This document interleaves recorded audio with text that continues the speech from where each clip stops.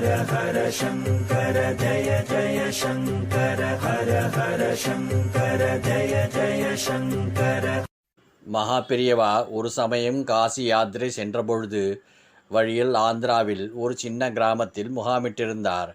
அப்போது ஒரு அணுக்கத் தொண்டருக்கு கோபம் வந்துவிட்டது. இந்த சின்ன கிராமத்தில் முகாமிட்டால் இத்தனை யானைகளுக்கும் ஜனங்களுக்கும் சாப்பாடு போடணும்னா அது சாமானிய விஷயமா? எடுத்து செலவழிக்க மரத்தில் என்ன கொட்டியா கிடக்கிறது? பெரியவா காதிலே கேட்கின்ற மாதிரியே புரிஞ்சு தள்ளிட்டார்.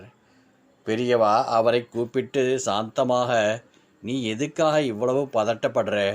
நாம் நல்ல காரியத்தை உத்தேசித்து தான் புறப்படுறோம். நம்ம லட்சியம் நல்லதாய் இருந்தால் அம்பாள் கை கொடுக்காம போயிடுவாளா என்ன?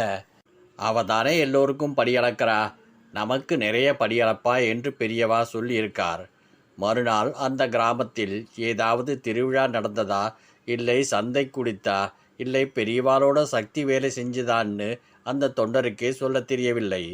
மறுநாள் காலையிலிருந்து அந்த கிராமத்தில் அளவிற்கு அதிகமான சுற்றுலா பக்தர்கள் பெரியவாளை தரிசனம் பண்ண வந்திருந்தார்கள். வந்தது மட்டுமில்லை, அந்த காலத்தில் புழக்கத்தில் இருந்த வெள்ளி நாணயங்களை கொண்டு வந்து கொட்டினார்கள். நானும் மடத்தில் 46 வருடமாக இருக்கேன்.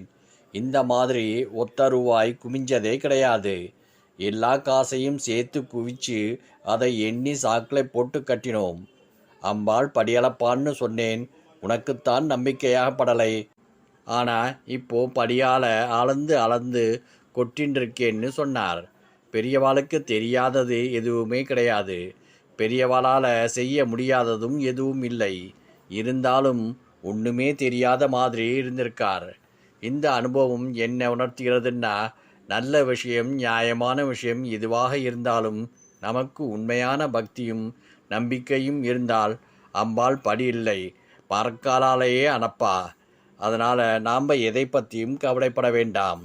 ஹர ஹர சங்கர ஜய ஜய சங்கர ஹர ஹர சங்கர ஜய ஜய சங்கர.